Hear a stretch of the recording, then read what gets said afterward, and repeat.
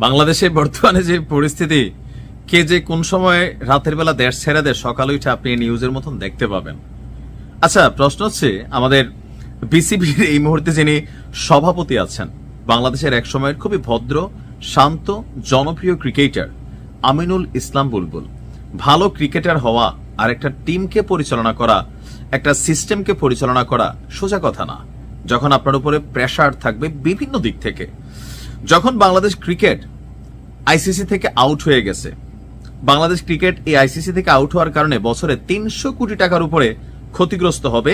খেলোয়াড়দের বেতন থেকে যত সুযোগ সুবিধা আইসিসি দিত, এগুলো সব মাইনাস হয়ে যাচ্ছে, নাম্বার ওয়ান। আর ঠিক তখনই গভীর রাতে অস্ট্রেলিয়ার উদ্দেশ্যে দেশ ছেড়ে পালিয়ে গেছেন আমিনুল ইসলাম বুলবুল। এখন আমরা কেন পালিয়ে গেছে বলছি, আসুন দেখি। বাংলাদেশ ক্রিকেট বোর্ডের সভাপতি আমিনুল ইসলাম বুলবুল গতকালকে রাতে বা গতকালকে দেশ ছাড়তে পারে বলে সারাদিন একটা গুঞ্জন ছিল। আর এই গুঞ্জনের সত্যতা হচ্ছে তিনি দেশ ছেড়া আসলে চলে গেছেন। কোথায় গেলেন, কেন গেলেন, আসুন দেখি। প্রথমবারের মতন টি-20 বিশ্বকাপে বাংলাদেশকে কিক মারা হয়েছে। বোর্ড পরিচালকরা পদত্যাগ করা শুরু করছে, প্রশাসনিক অস্থিরতা, আর এই সকল কিছুর মাধ্যমেই বুলবুল ইসলাম তিনি বাংলাদেশ ছেড়া পালাইয়া স্বস্তি পেতে চাচ্ছেন। তবে জনগণের মধ্যে নানান গুঞ্জনও তিনি তৈরি করে ফেলেছেন। গতকালকে সন্ধ্যা থেকেই আপনার ক্রিকেট মহলে গুঞ্জন ছড়িয়ে পড়ে তিনি রাতেই দেশ ছেড়ে চলে যাবেন।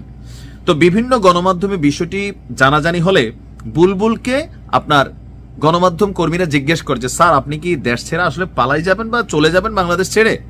তো বলতেছে, না, খবরদার, এমন কোনো কথা না, আমি দেশে থাকবো, দেশে থাইকাই বোর্ডের কাজ করব, এমনকি আগামী কয়েক মাসের মধ্যেও আমার বাংলাদেশ ছাড়ার কোন রকমের পরিকল্পনা নেই। তবে কয়েক ঘন্টা পরই তার অবস্থান সম্পর্কে যে তথ্য আসছে, গভীর রাতে তিনি অস্ট্রেলিয়ার উদ্দেশ্যে ঢাকা ত্যাগ করে চলে গেছেন। এখন কেন অস্ট্রেলিয়া? বোর্ডের দাবি সেখানে তার পরিবার আছে, সেখানে তিনি পারিবারিক সময় কাটাবেন, আর এমনটাই জানিয়েছে দেশের একটি ইংরেজি সংবাদ মাধ্যম। এই মুহূর্তে আমিনুল ইসলাম বুলবুলের বিদেশ যাত্রা নিয়ে প্রশ্ন তো স্বাভাবিকভাবে উঠছে যে বাংলাদেশ ক্রিকেটটারে কেউ বলেন ৩ আসিফ খায়া ফেলছে। সাবেক ক্রীড়া উপদেষ্টা আসিফ মাহমুদ সজীব ভুইয়া, ডক্টর আসিফ নজরুল আইসিসির সাথে চ্যালেঞ্জ নিয়ে পট করা কই থেকে কি প্যাস লাগালেন। আগেই কইছি বাংলাদেশের গণে না আইসিসি, এটা কিন্তু বাস্তব। কারণ বাংলাদেশ ক্রিকেটে ওই রকম কোনো কিছুই আমরা করতে পারতেছি না। নাম্বার 3 হচ্ছে আমাদের শিল্পী আসিফ, এটা একটা ট্রল হয়েছে আর কি। তো এর মাঝখানে এই যে চারদিক থেকে জটলা, তা আমাদের আমিনুল ইসলাম বুলবুল তিনি চিন্তা করতেছেন, ভাগো এই পুরা দায়ভার তো ভাই আমার কান্দে এসে পড়তেছে, আপাতত দেশটা সেটা যাই, পরেরটা পরে দেখা যাবে, নিজে বাঁচলে বাপের নাম। আমার ধারণা এরকমই হয়েছে।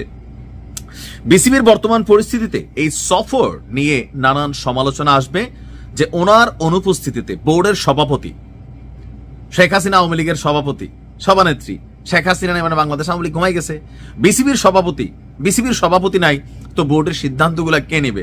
বাংলাদেশ কি রিয়েকশন দিবে? আইসিসির কাছে কি ঝুঁকবে নাকি ঝুঁকবে না, নাকি মিনতি করবে, নাকি আবার আমরা রিয়েকশনে যাব? এটা তো একটা প্রশ্ন। তো এরকম যে আমরা পাপন রেডিয়া অনেক সমালোচনা করছি, তবে দিন শেষে দেখেন এখন আইসা এই যে জায়গাটারে পরিচালনা করা আসলে কিন্তু কঠিন। তবে আমিনুল ইসলাম বুলবুলের আমার মনে হয়েছে যথেষ্ট ভীরু এবং কি ছোট কলিজার মানুষ। সিদ্ধান্ত নিতে হবে।